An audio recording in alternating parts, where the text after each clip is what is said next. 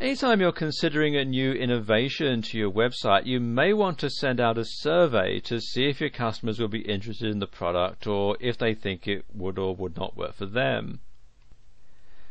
And this is a great marketing tool, as you'll be able to keep a grasp on what your customers are looking for from you and what will or will not sell.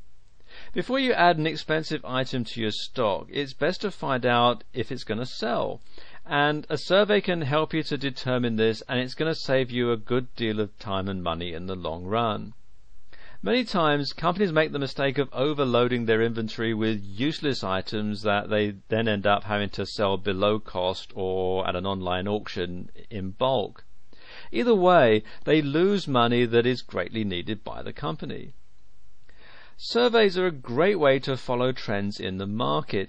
Many people may not want to complete a survey, and many feel that they do not have the time to take a survey. So what you want to do is to keep them short and to the point so that your clients will be more inclined to participate in future surveys. You may also want to add an incentive, such as a discount to your place of business for taking part in the survey. And this can be a discount on a certain item or from any items that are purchased within a certain time frame. There will be more inclination to participate in a survey if the customer feels that they're getting something for free. And something else that you can do is to offer them a digital download, like an ebook or a piece of software, in return for taking part in the survey. It's something that they can use right away, and that's going to encourage them to take part in surveys in the future. You want to make sure that your emails are opened and ultimately read. And the best way to do this is to have a catchy title that invokes curiosity and entices potential readers to open the email and explore its contents. If you're offering a sale or a special offer, make sure that you include the sale in the title of the article. The sale item should be listed, and you may also want to include the sale price. The customer can then open the email and get the click-through link that will lead them to the sale page on your website. If you're sending out newsletters as well as sales emails as part of your email marketing strategy, you should make sure that each type of email is distinctive according to the email type. And this will let your customers see the exact type of email that they're receiving without having to open the email first. They may be waiting for your new newsletter, and they'll get frustrated when they get a sales email instead. You should also make any special event email titles unique as well in order to grab your customers' attention. You should always include your customers' first names in emails.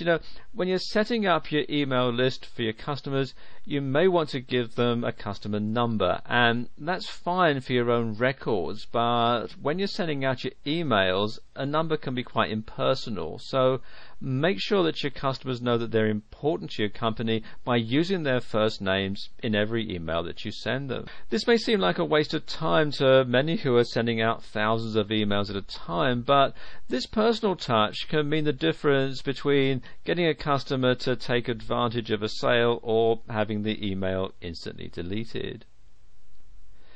And a lot of people are going to appreciate the personal touch and feel like they're getting an email that's dedicated to them alone. Now, as I said earlier, the title can mean the difference between your customer opening the email or not, and by using their first name in the title, many people will open the email feeling it's like, it's from a friend instead of a company that's trying to sell something to them. Customer service is a huge part of any company, and this is also a form of email marketing. When you receive an email query from a customer, you should make sure that you answer this query in a timely manner. You should never take more than 24 hours to answer a query that's emailed to you. If your customers feel like they're not getting a quick enough response, they may take their business somewhere else. Maintaining good customer relations by answering emails in a timely manner will help you build trust with your customers. As we discussed earlier, trust with your customers is paramount to any email marketing strategy. A satisfactory answer in a timely manner will show your customers that you care about them and want them to remain customers. They'll also be more inclined to purchase from you again if you offer a great customer service in return. Be sure that the emails that you send out are informative without being too complicated. If you keep it simple, you'll have no problem in getting your customers to understand what you're trying to say. Now, don't dumb it down too much or you may insult your clients, but be informative without being condescending or patronizing. Stay direct and to the point when composing your emails. Don't let your ideas jump all over the place. Stay focused on one topic at a time or one sale item at a time. If you jump around when you're writing your emails, your clients may become confused and not get the gist of what you're trying to say. And this may keep them from missing out on a great deal or from the offer that you have for them. And the point of email marketing is to get your product sold and your website visited. And when your customers can easily follow your suggestions, then they'll be more inclined to purchase the product that you're offering. You should also make your emails entertaining. There's nothing wrong with adding a bit of humor to your email if it's appropriate.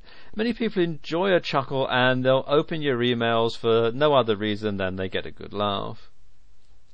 Every 3 or 4 months or so, you should run email reports to see who's opening your emails and who isn't.